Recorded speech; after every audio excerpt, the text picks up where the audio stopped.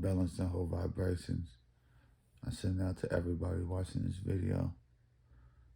And today is August 8th, 2023. Excuse me, I'm a little bit spacey. I just woke up. And I just got my tongue pierced and my lip pierced. So I'm a little slurry now. But today's August 8th, 2023, which is my birthday. I turned 29 today. I do want to apologize for having such a grand delay in my video content. I have been a bit self-consumed by my bodily desires, and I would say a slight case of coming home anxiety / excitement. So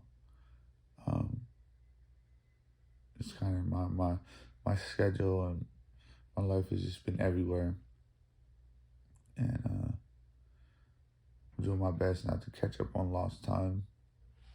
However, it's been pretty inevitable that I've been doing things and having certain experiences that I wasn't able to have before, and kind of finding a peaceful state from that, that bliss.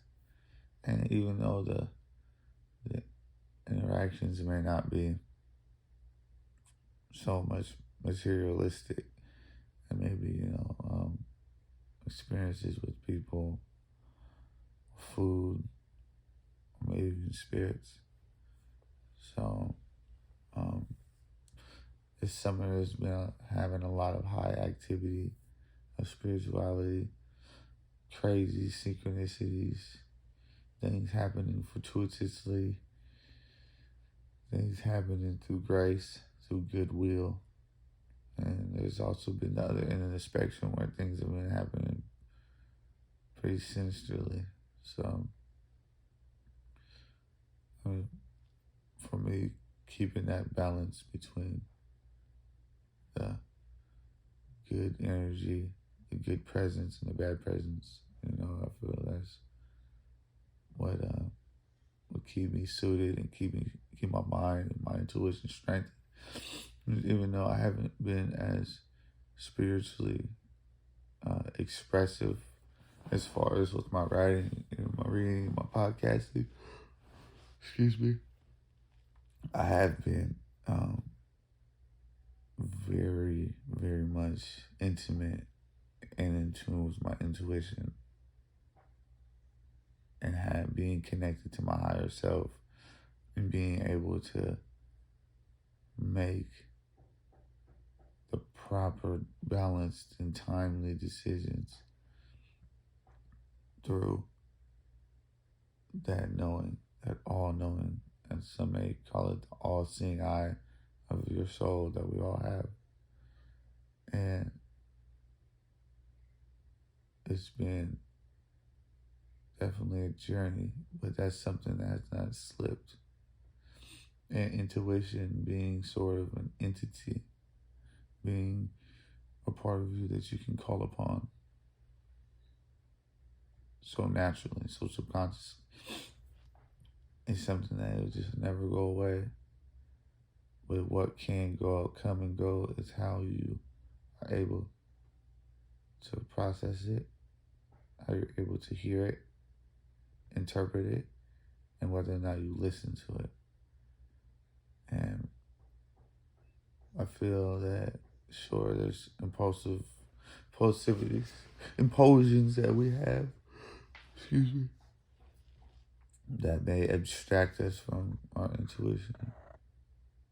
But as long as you still have that sense of knowing what's best for yourself and best for others in your heart, still hearing that is what will perpetuate having that connection with intuition. And feel like that's only a practice internally sought for, that's internally created. And it can be seen as an alchemy, a changing of energies. But that one substance of intuition can never be changed.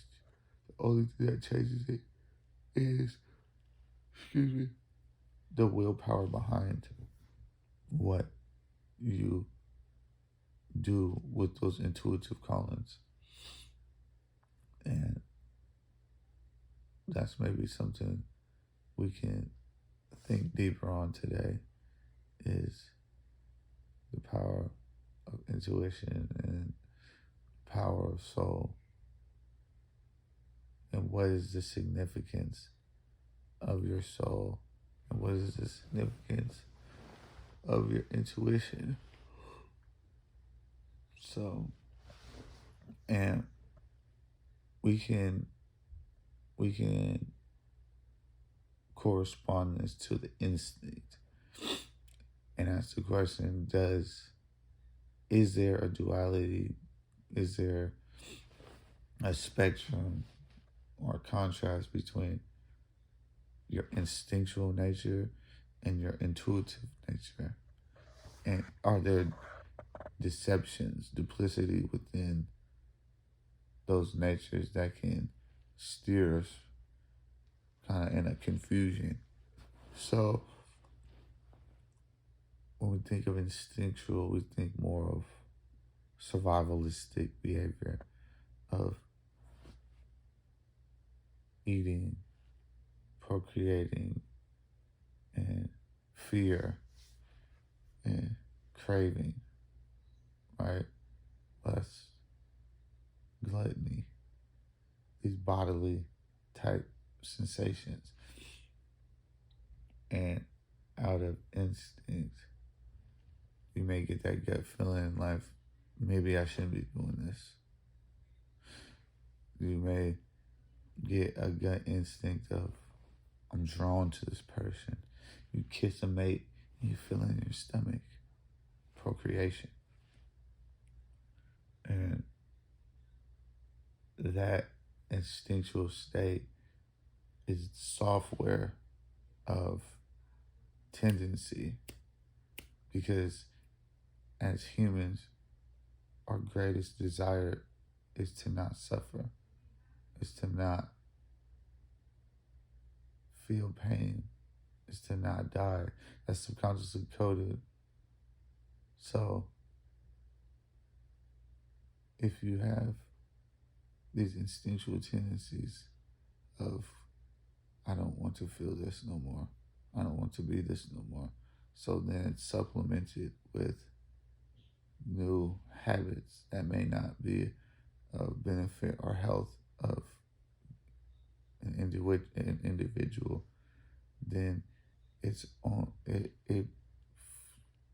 seems that your instinctual drive is to create a digression from that original pain, from that original fear of which you don't ever want to experience again.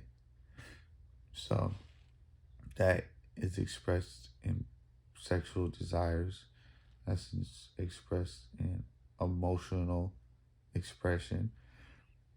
And I feel that that instinct is not thought, it's not meditated upon. It comes from a bodily frequency of flight, of goal, of constant working. And it doesn't have much of a high rationale to it. It has more of a temporal rationale. But is it possible that your intuition comes from a more eternal space of knowledge and understanding and wisdom and awareness, to where that your intuition is that power of discerning the difference between what is good for me as far as my body as a whole, the longevity of everything, the mind, the thought of it, versus the instinctual experience of getting this satisfaction to not feel this anymore. To where that there's a trinity of intuitive and instinctual experience, and that they all play sort of a higher purpose in one lining of your instinctual survival. And then your heart, which registers the feeling, and then your intuition, which gives the proper knowledge of understanding what it is about you subconsciously that may steer you more temporal, more temporary, because the provisional material things in life will go against the higher spiritual purpose that you know is best. And I feel like that higher intuition doesn't go nowhere. It always is there. It's always a watcher over what happens below. And that watcher is in the seat of the soul and the spirit. And for example, with instinct, on how we can greatly decode the rules behind the instinctual traumatic states, is that, for example, people who mistaken sex with love, falling in love, and how love is misconstrued with procreation, with that natural inclination to mate. Because as bodies, our subconscious programming will attract to something to naturally procreate. And it's like in the animal kingdom, these animals all have their duties and their packs, and the lions, the seahorses, and how they continue existence as a species instinctually, genetically. That's what they do. That's how they express it. The mother lion goes out and provides and hunts. The male lion protects the herd and does this. So that's all instinctual. That's animals. And that's being spirit and the experience of the body. We still have those natural habits, those natural inclinations. And having that inclination to procreate is mistaken in the mind by, I feel an attraction to this person. We've had sex. There's something about this sex. And that buzz, that mating buzz, continues for a year, couple months, few years. And then people seem to fall short, and they slowly, evanescently wither from that love buzz, that feeling of love. And then now they're off with other people, and they're trying to find that initial buzz, and they're searching for that love. But when did the creative force of love ever become a sensational experience through sex?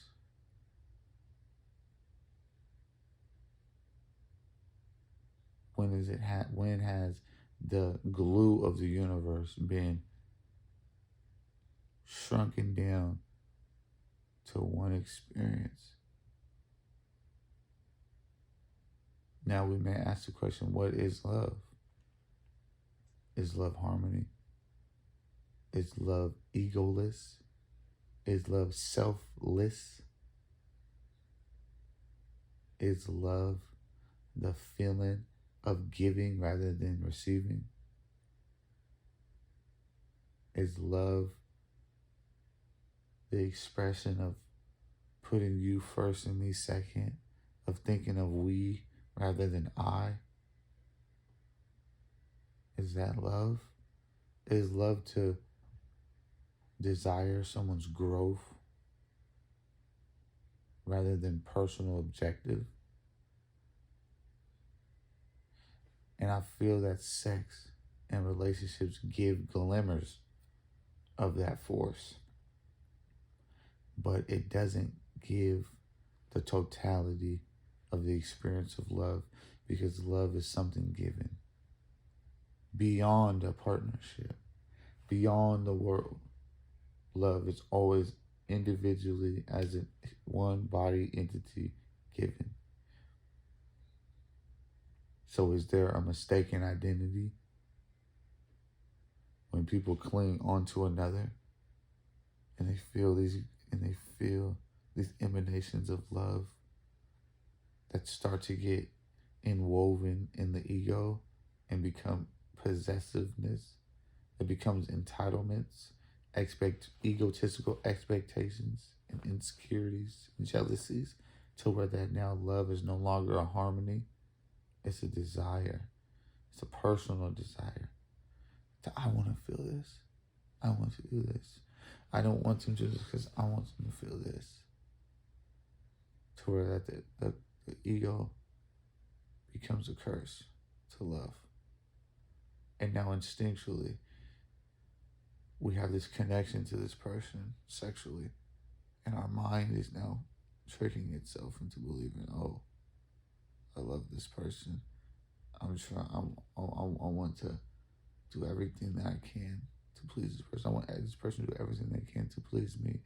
And now your focus is on what you can receive from it as you dish it out. And it's a fear. Because that's where it starts. It started in a fear. It started in a survival nature. But through time, your intuition will come. Intuition will call down like a white light from heaven, like a sunbeam will come down to you, and it'll say, you need to love yourself. You need to take responsibility for yourself. Because the sun, the intuition knows that everything in the world is a reflection of yourself. And the more insecurity you project, the more insecurity that returns. And I feel projecting is a big, big device within relationships. There's good projecting and there's bad. And the projecting is the tit for tat. Do you do this, you do me.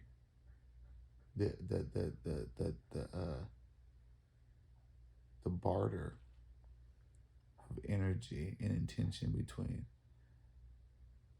when the barter should be natural. And naturally it happens. Naturally it happens to where that what you give to your partner, they naturally give back to you. Which is why your intuition will call you. It's like, look, you need to step back for yourself, self-discover, realign your intentions and your desires and your mind and your concentration, and expand your identity a little bit farther than this relationship to harmonize with love as a whole. Because if you myopically focus on loving your partner and forgetting about the world, love is a force. It can't be controlled. Love is a tidal wave. It can't be stopped. So when you try and just take one part of the tidal wave and put it with this person and forget, something's going to wash over. And that's where the balance of life has to be. And me personally, I feel that balance and perfection is being in the now. I feel that we can be perfect. That everything in life, destiny, through intuition, through these instinctual natures, our destiny, our free will that we have, this step that we take, every move that we make puts us in position to where we are next, and it creates our destiny. That every step, everything happening is perfect because it perfectly, when it's synchronized to happen, if it hurts or if it's pleasure, it perfectly happened for a reason due to our volition. And it's not that destiny is a presence, is a is something omniscient and so ubiquitous. That's not it. That's not it. Destiny are the decisions and the steps we take each second. And every second of the way changes your destiny. Some things are beyond our control because of one decision made. And some things are within our control because of one decision that we make. And I feel that there is a hierarchy, a trinity of that as well. Karma and the inevitable absolute truths of reality that we can't break away from. The absolute truths, the objectives, right? The masculine, dominant energies, as some call it, right? But the subjectivities, the relativity of experience is destiny. And everything happening through love, through harmony, because love is the binding force of this whole existence, of this whole cosmos, that initial explosion and creation, and that alignment of gravity and everything being in motion and rhythm. That bonding, it's love, it's fluency. So